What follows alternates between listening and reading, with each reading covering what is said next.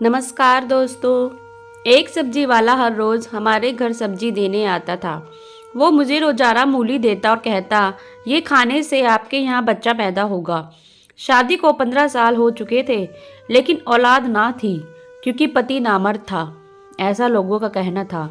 जबकि सच में जानती थी कि वह तो बहुत मोहब्बत करने वाला था। लेकिन जब से मैंने सब्जी वाले से लेकर खाना शुरू की थी, मेरा पति और भी मुझसे मोहब्बत करने लगा था।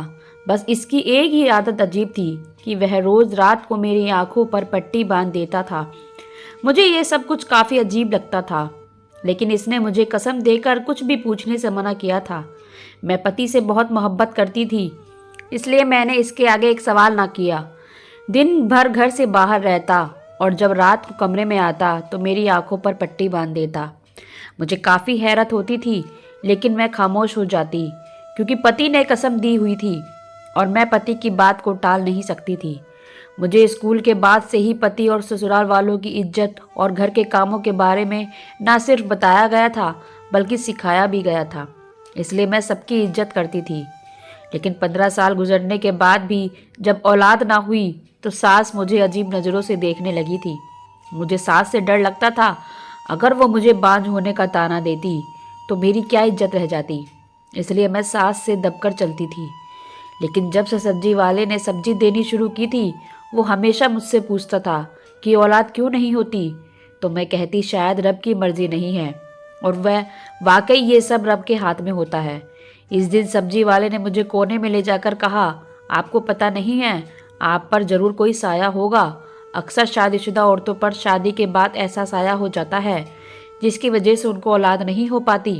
हमारे पास एक ऐसी मूली का बगीचा है जो सबसे ज़्यादा उम्र वाली औरत को खिला दी जाए तो वो भी प्रेग्नेंट हो जाती है। सब्जी वाले की बात सुनकर मैंने उससे शक की नज़रों से देखा।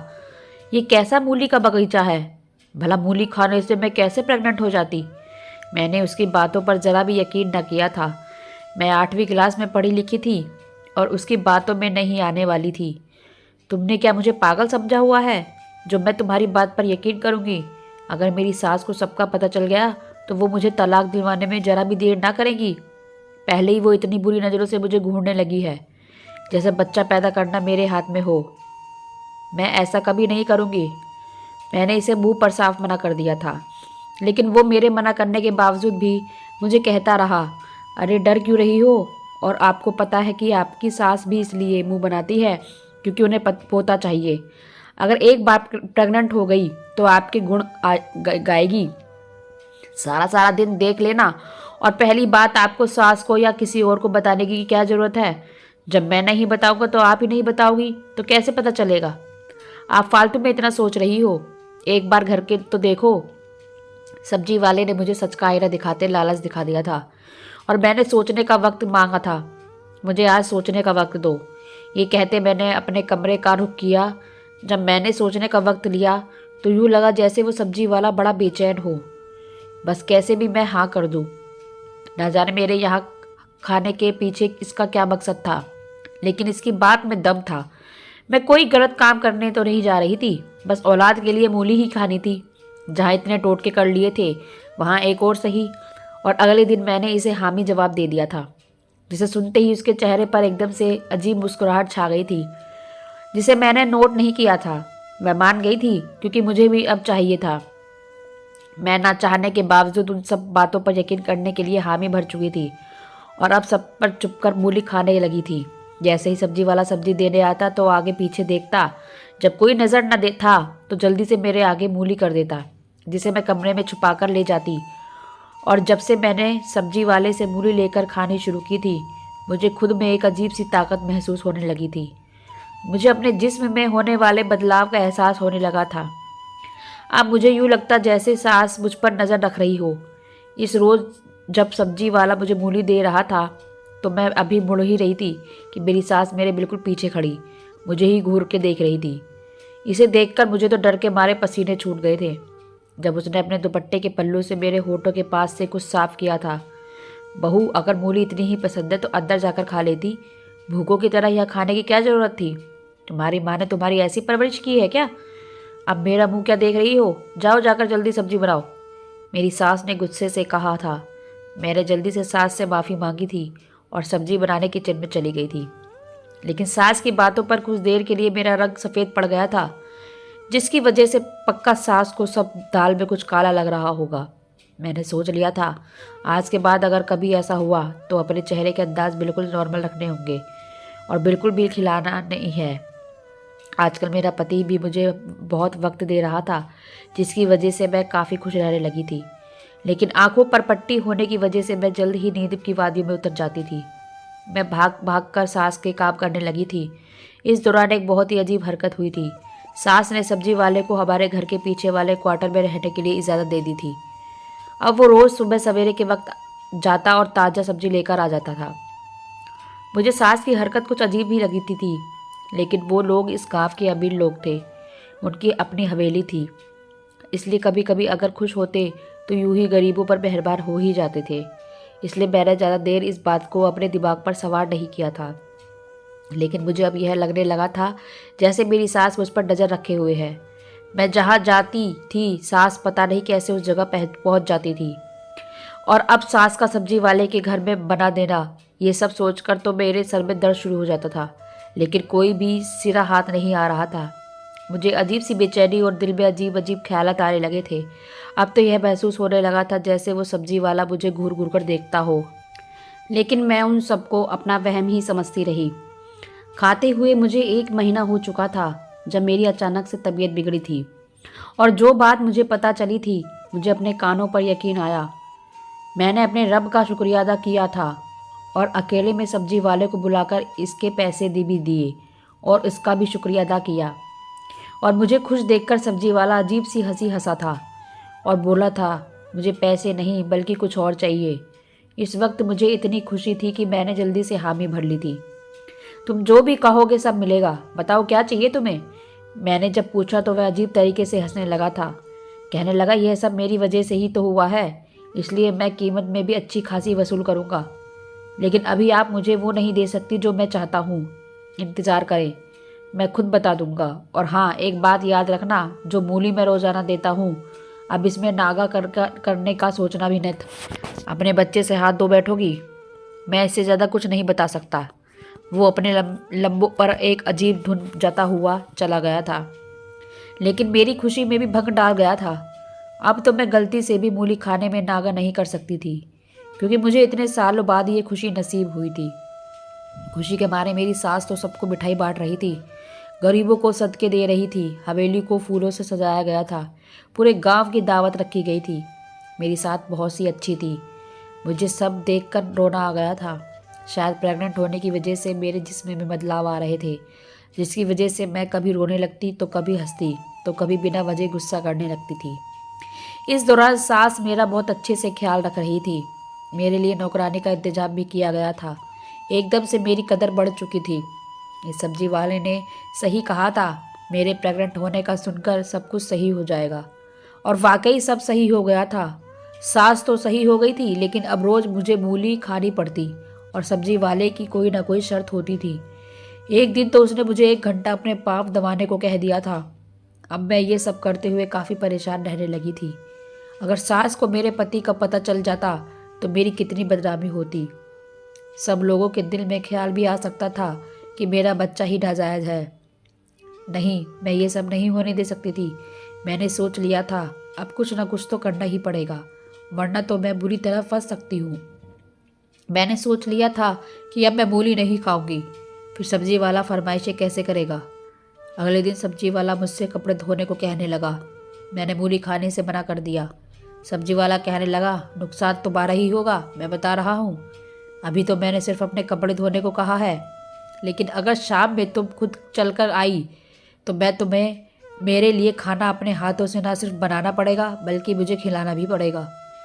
सोच लो, इसने तो मुझे सीधी सीधी धमकी ही दे दी थी। इसे यकीन था मैं ज़रूर आऊँगी।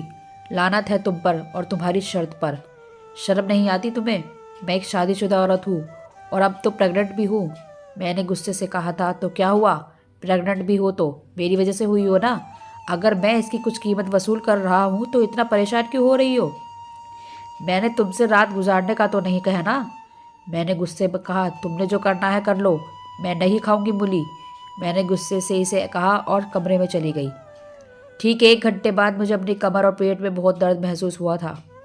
सास ने दाई को बुलवाया, लेकिन कोई आराम नहीं आ रहा था। तब मुझे वो सब्जी वाला एक बार फिर खिड़की में दिखाई दिया। मैंने सबको कमरे से बाहर भेज दिया और उसने मुझे जल्दी से मूली लाकर दी, जिसे खाने के 10 मिनट बाद ही मैं ठीक हो गई थी। अब मैं पहले से काफ़ी बेहतर थी। मैंने दवाई भी खाई थी। इसके बाद वाकई मुझे शाम में खाना बनाकर उसे खिलाना पड़ा था। सास ने मना किया, लेकिन मैंने कहा मैं ठीक हूँ। मैं बड़ी मुश्किल से उठी और खाना बनाया और कपड़े धोकर इस्त्री अपने काम वाले से करवाकर उसे खुद देने गई थी। और इसके बाद यह सिलसिला चल पड़ा था। मेरा 8वां महीना लग चुका था। सब बच्चे की खरीदारी कर रहे थे और मैं भी अब खुश थी कि एक बार बच्चा पैदा हो जाए। इस सब्जी वाले का तो वह हश्र करूँगी कि सारी ज़िंदगी याद करेगा। वैसे भी पिछले कुछ दिन मुझ पर बहुत भारी गुजरे हैं। मुझे अपने पति की बजाय सब्जी वाले के सारे काम करने पड़ रहे थे, वह भी छुप छुप कर, सिर्फ इस वजह से कि एक बार मेरा बच्चा सही सलामत इस दुनिया में आ जाए। लेकिन इसी दौरान एक बड़ा अजीब वाक़या हुआ। मेरे पैरों पर सूजन आ गई थी। मैं सहन में बैठी नौकरानी से अपने पैरों की मालिश करवा रही थी। बाहर से शोर की आवाज़ आने लगी। मैंने जल्दी से इसको एक साइड पर किया और खुद जाकर बाहर देखने लगी, तो वहाँ पर वह सब्जी वाला खड़ा सास से झगड़ा कर रहा था। मैंने ताज्जुब से सास और सब्जी वाले को देखा। सास ने सब्जी वालों को जाने का इशारा किया था, लेकिन वह अपनी जगह से हिला तक ना था, ढीठ बना खड़ा था। मुझे इसकी हरकत पर बहुत गुस्सा आया था और वह मेरे अलावा भी घर के लोगों पर हुक्म चलाने लगा था। आखिर इसकी वजह क्या थी? वह क्या साबित करना चाहता था? और फिर वह मेरे पास आकर बोला, यह बच्चा जो तुम लेकर घूम रही हो ना, वो मेरा बच्चा है। इसकी बात सुनकर तो मेरी रूह कांप गई थी। डर के मारे मेरे जिस्म पर कपकपी हो चुकी थी। वह क्या कह रहा था? मेरे होने वाले बच्चे का बाप है? ऐसा कैसे हो सकता था? क्या वह एक नया ड्रामा कर रहा था या धमकी देकर बदनाम करने की कोशिश कर रहा था? सास ने गुस्से में आकर उसे थप्पड़ दे मारा था और एक अलग जगह ले जाकर अपने कमरे से एक अखबार में कुछ छिपाकर लाकर रख दिया था। जहाँ तक मुझे समझ आ रहा था शायद पैसे ही होंगे। तो क्या वह सच कह रहा था जो सास ने उसे मुंह बंद रखने के लिए पैसे दिए थे? क्या वाकई यह बच्चा मेरे पति का नहीं बल्कि सब्जी वाले का था? अगर यह सब सच था तो क्या सास ने जानबूझकर यह सब करवाया था? लेकिन क्यों? वह ऐसा क्यों चाहती थी? अपने ही बेटे की बीवी के साथ ऐसा करके एक नाजायज बच्चे को क्यों पैदा करवाना चाहती थी? और उन सबसे भी ऊपर एक और बात थी, क्या मेरे पति को अपनी माँ की सारी सच्चाई का पता था? क्या वह भी उन सब में शामिल थे? लेकिन कोई इज्जतदार आदमी ऐसा कैसे कर सकता था? इसकी बीवी को कोई और भी इस्तेमाल करे। यह सब बातें सोच सोचकर मैंने अपनी तबीयत खराब कर ली थी। अगले दिन मैं बहुत तेज़ बुखार में तप रही थी। सब लोग मेरे लिए यहाँ से वहाँ भाग दौड़ कर रहे थे। मेरा पति मेरे लिए जिस कदर परेशान था, इससे मैंने यही अंदाज़ा लगाया था कि वह अपनी माँ की सच्चाई से बेखबर है। अभी तो यह बात भी कन्फर्म करनी थी कि बच्चा वाकई सब्जी वाले का है या फिर मेरे ही पति का, क्योंकि मुझे तो ऐसा कोई भी रास्ता याद नहीं था जिसकी बिना पर मैं यह कहती कि बच्चा मेरे पति का नहीं, और मैं पति से सीधा पूछकर इसे शर्मिंदा भी नहीं करना चाहती थी। अब मैंने सोच लिया था कि कोई ऐसा तरीका या प्लान बनाना है जिससे सच का पता भी चल जाए और मेरे पति के दिल को ठेस ना पहुँचे। मैंने बच्चे की पैदाइश के बाद इसका छुपाकर टेस्ट करवाने का सोचा था, लेकिन ज़रूरी नहीं जैसा हम सोचे वैसा ही हो। मेरे साथ इससे भी बड़ा कुछ होने वाला था। एक ऐसा सच सामने आने वाला था जिसके बारे में मैंने कभी ख्वाब में भी नहीं सोचा था। अगले कुछ दिन में मैं दोबारा से बिल्कुल सही हो चुकी थी, लेकिन इस रोज़ घर पर मौजूद रही थी। मुझे कोई नौकरानी भी नज़र नहीं आ रही थी और पति तो आते ही रात को थे। अभी मैं कमरे में ही थी कि कोई अचानक से मेरे कमरे में आया था। इससे पहले मैं उसको देखकर चिल्लाती, इसने मेरे मुंह पर रुमाल रखा और मुझे बेहोश कर दिया था। इसके बाद मुझे नहीं मालूम मैं कितनी देर तक बेहोश रही थी। जब आँख खुली तो मैं एक बहुत ही शानदार कमरे में थी। मैंने घबराकर दरवाज़ा खोलने की कोशिश की, लेकिन नाकाम हो गई। मैं बिस्तर पर बैठी रोने लग गई थी। मुझे मालूम था यह सब सब्जी वाले का ही काम है। शायद सास भी उन सब के साथ शामिल थी। मैं नहीं जानती थी वो दोनों मिलकर क्या करना चाहते थे। पहले सब्जी वाला सब्जी खिलाकर पता नहीं क्या किया कि मैं प्रेग्नेंट हो गई। इसके बाद मुझे ब्लैकमेल करना, फिर सास का सब्जी वाले की बातें मानना, इसे पैसे देना, इसके बावजूद भी मेरा ख्याल रखना, यह सब मेरी सोच से बाहर था। और मेरा यूँ अगवा होना, सब कुछ अजीब और बहुत ही डरावना था। अगर किसी को मेरे गायब होने का पता लग जाता तो मुझे भगोड़ा और गिरे हुए चरित्र कहकर बुलाते। मैं सोच सोच कर और ज़्यादा रोने लगी। इस वक्त अचानक दरवाज़ा खुला और मेरे शक के मुताबिक वही सब्जी वाला था। इसे देखते ही मैंने उसके सामने हाथ जोड़ लिए थे। मुझे जाने दो, मैंने क्या बिगाड़ा है तुम्हारा? क्यों मुझे सारी दुनिया के सामने जलील और रुसवा करना चाहते हो? मैं किसी को कुछ नहीं बताऊंगी, मैं इसकी मिन्नतें कर रही थी। लेकिन वह खामोश बैठा बस मुझे सुन रहा था और गौर से देख रहा था। देखो, तुम जितने कहोगे मैं उतने पैसे देने के लिए तैयार हूँ, लेकिन मेरे साथ ऐसा मत करो। मुझ पर इल्जाम ना लगने दो। अगर मैं ना गई तो सब मुझे चरित्र की गलत और समझेंगे। मैं तुम्हारे आगे हाथ जोड़ती हूँ, मुझे छोड़ दो। मैं तुम्हारी सारी बात मानूंगी, सारे काम भी करूंगी, लेकिन मुझे जाने दो। इस बार मेरी बात को बहुत गौर से सुनते हुए अचानक मुस्कुरा पड़ा था और बोला था, ये सब तो तुम सब जानने के बाद भी वैसे भी अपनी मर्जी से करोगी, इसलिए मुझे इसकी परेशानी नहीं। लेकिन अब जो मैं तुम्हें सच बताने जा रहा हूँ, ध्यान से सुनना, क्योंकि मैं सिर्फ सुनाऊंगा ही नहीं बल्कि सबूत भी दिखाऊंगा। सच बताने के बाद मैं खुद तुम्हें घर छोड़कर आऊँगा, लेकिन इस घर तुम जाना चाहोगी। सब्जी वाले ने मुझसे कहते ही बोलना शुरू किया था, मेरा ताल्लुक किसी गांव से है जहां पर तुम शादी करके आई थी, और ये बात शादी से पहले की है। मेरे बाबा नशा करते थे, जिसकी वजह से इसने अपनी ही बेटी को जुए में हरा दिया था। और जब लोग पैसे लेने आए, मैंने बहन को बचाने के लिए जल्दी से अपने ही बाप को उनके हवाले कर दिया और कहा कि इसे चाहे मार दो, लेकिन मेरी बहन को छोड़ दो। लेकिन वो 4 लड़के ना माने। मैंने उनके सर में डंडा मारा और अपनी बहन को हवेली ले आया। वहाँ पर मौसी के पास चला गया, मौसी यानी तुम्हारी सास, और उनसे मदद की दरख्वास्त की। इसने मेरे सामने एक शर्त रख दी, जिसे बगैर सुने मैंने हामी भर दी। इसने मेरे बाप को जेल भिजवा दिया और साथ ही उन लोगों को भी मेरे बाप को ना मिलने की वजह से गुस्से और पागलपन में आकर वहीं पर उसने खुदकुशी कर ली। इसके बाद मैंने अपनी बहन की जल्दी शादी करवा दी, लेकिन मौसी की शर्त सुनकर मैं दंग रह गया। वो जैसा जैसा कहती गई मैं बिल्कुल वैसा ही करता गया। उनका बेटा नामर्द था, इसकी पहले 3 बार तलाक हो चुकी थी। इस बार उसने शादी करने को कहा। दुनिया वालों के सामने उसकी शादी हुई थी, जो कि उसका बेटा था, लेकिन असल में शादी मेरी और तुम्हारी हुई थी। मेरा नाम भी अमन ही है। उसने कहा था जल्दी बच्चा पैदा नहीं करना, बल्कि देर से बच्चा पैदा करना है, जिसकी वजह से तुम भी उसकी मुट्ठी में ही रहती और इसकी शुक्रगुजार रहती। जब तुम्हारी आँख पर पट्टी बांध देता तब मैं इस कमरे में आता था और वो चला जाता। वो बस पति होने की एक्टिंग कर रहा था। मैं बोली, पहले तो ऐसी दवा छिड़कता था जिससे ताकत आए और प्रेगनेंसी ना ठहरे, लेकिन जब मौसी ने कहा कि बच्चा चाहिए तो मैंने दवाई बदल डाली। अब मैं ताकत की दवा मूली पर छिड़कता, लेकिन जब तुम प्रेग्नेंट हो गई तो मैंने कोई भी दवा डालना बंद कर दी। वो बच्चे को नुकसान पहुंचा सकती थी और मुझे अपनी औलाद को नुकसान पहुंचाकर क्या मिलता।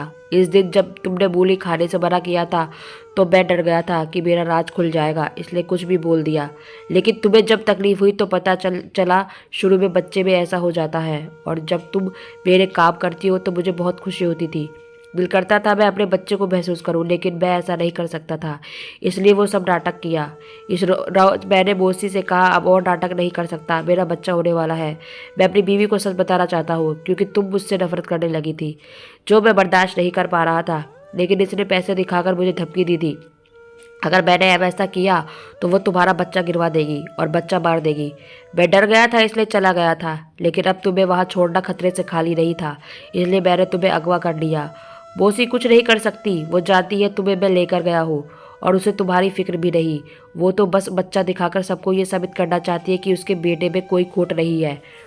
वो लड़कियाँ ही बाज थी और लोगों में अपने बेटे की इज्जत बरकरार रखने के लिए नाटक कर रही है। जब वो खामोश हुआ तो मैं बेजान से अपनी जगह पर बैठ गई थी। मेरी सास ने मेरा साथ कैसा धोखा किया था। सिर्फ उसने ही नहीं, मेरे अपने पति ने भी, लेकिन वो मेरे आसपास ही रहा। इस बात से मुझे कुछ हौसला हुआ था। अब मैं दोबारा वहाँ नहीं रहना वाली थी, लेकिन माँ बेटी की सच्चाई सारी दुनिया को दिखाना चाहती थी। फिर मैं इसके साथ शहर में ही रह रही थी। मौसी दोबारा हमारे पास आ चुकी थी और कुछ न बोलने की धमकी दे चुकी थी। जब मेरा बेटा पैदा हुआ उसी वक्त मैंने अपने पति और बेटे का टेस्ट करवा लिया और गांव जाकर सबको सच बताकर मौसी का असली चेहरा दिखा दिया था, जिसने सिर्फ अपने बेटे का राज छुपाने के लिए मुझे मेरे पति से दूर रखा। और अगर इस दौरान कुछ और हो जाता तो मैं कभी खुद को माफ़ न कर पाती। सब लोगों ने मेरी सास पर थू थू की थी और उसकी बेटे को भी बहुत बुरा भला कहा। मजबूरन दोनों को गांव छोड़कर जाना पड़ा। अब मैं और मेरा पति इसी हवेली में रहते हैं। हम दोनों अपनी ज़िंदगी में खुश हैं। मेरे पति ने जब भी अपनी बहन की जान बचाने के लिए किया था, इसलिए मैंने इसे माफ़ कर दिया। धन्यवाद दोस्तों। अगर कहानी अच्छी लगी हो तो वीडियो को लाइक करें और चैनल को सब्सक्राइब करें।